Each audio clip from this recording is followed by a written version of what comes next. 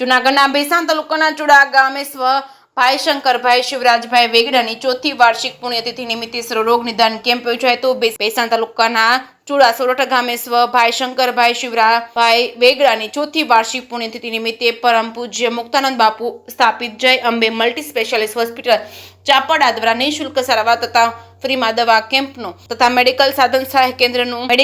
સહાય કેન્દ્રનું ઉદ્ઘાટન તારીખ 3/9/2025 ને બુધવારના રોજ પટેલ સમાજ ચુડા સુરત ખાતે આયોજન કરવામાં આવ્યું છે। આ કેમ્પમાં ખાસ મેંદડાથી ખાકે બડીના મહંત પરમ પૂજ્ય સુખરામ બાપુ તેમજ અમૃતગીરી બાપુ તેમજ હસુપુરી બાપુ તેમજ કલ્યાણદાસ બાપુ ભેસાણ વિસાવદરના પૂર્વ ધારાસભ્ય પ્રતિનિધિ તરીકે ગોપાલભાઈ પાયાણી, ઘનશ્યામભાઈ પટોડિયા, વલ્લભભાઈ ગજેરા, પ્રિયાંકભાઈ તેરૈયા, જૂનાગઢની ભાવેશભાઈ બોરીસાગર, વિજયભાઈ તેરૈયા, સમસ્ત બ્રહ્મ સમાજ જૂનાગઢ જિલ્લા પ્રમુખ પ્રફુલભાઈ ત્રિવેદી, મહામંત્રી કિરણભાઈ પુરોહિત, બ્રહ્મ અગ્રણી શશિભાઈ વ્યાસ તેમજ અરવિંદભાઈ વ્યાસ સહિતના ઉપસ્થિત રહ્યા હતા। જેકેસી ગુજરાતી સાથે પંકજ વેગડા, ભેસાણ। પ્રફુલ ત્રિવેદી,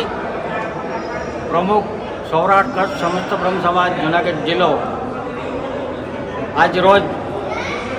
એક અલૌકિક કાર્યક્રમમાં મને અમિતભાઈ, ઘનશ્યામભાઈ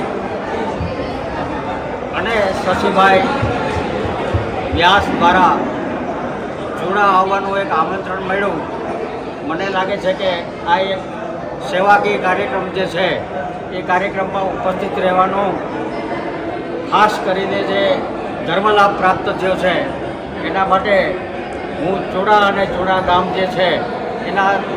આખા વિસ્તારના અને ભેસાણ તાલુકાનો ખૂબ ખૂબ આભારી છું। આજે ભાઈ શંકરભાઈ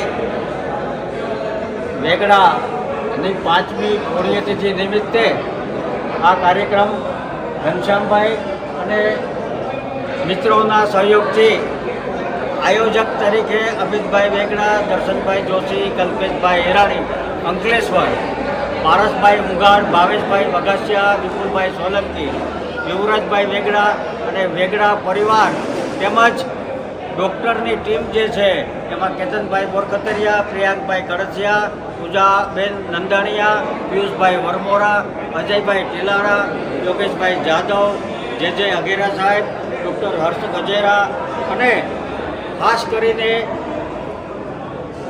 જય અંબે મેડિકલ હોસ્પિટલ જે છે એ મુક્તાનંદ બાપુ પ્રેરિત આ હોસ્પિટલ જે છે એની જે ટીમ છે એની ટીમનો અહીંયા 10 ગામમાં જે મેડિકલ સારવાર અર્થેની જે ટીમ આપવામાં આવે છે એનું આજ રોજ ચુડામાં પ્રસ્થાન થઈ રહ્યું છે। ત્યારે આ પ્રસંગે હું જૂનાગઢ જિલ્લો અને જૂનાગઢ જિલ્લા ઉપરાંત ભેસાણ તાલુકા વતી આ જે આખી ટીમ છે, આ જે સેવાકીય પ્રવૃત્તિ છે અને સેવાકીય પ્રવૃત્તિમાં જે લોકો સહયોગી છે એ તમામનો આભાર માનું છું। વંદે માતરમ, ભારત માતા કી જય, જય જય પરશુરામ।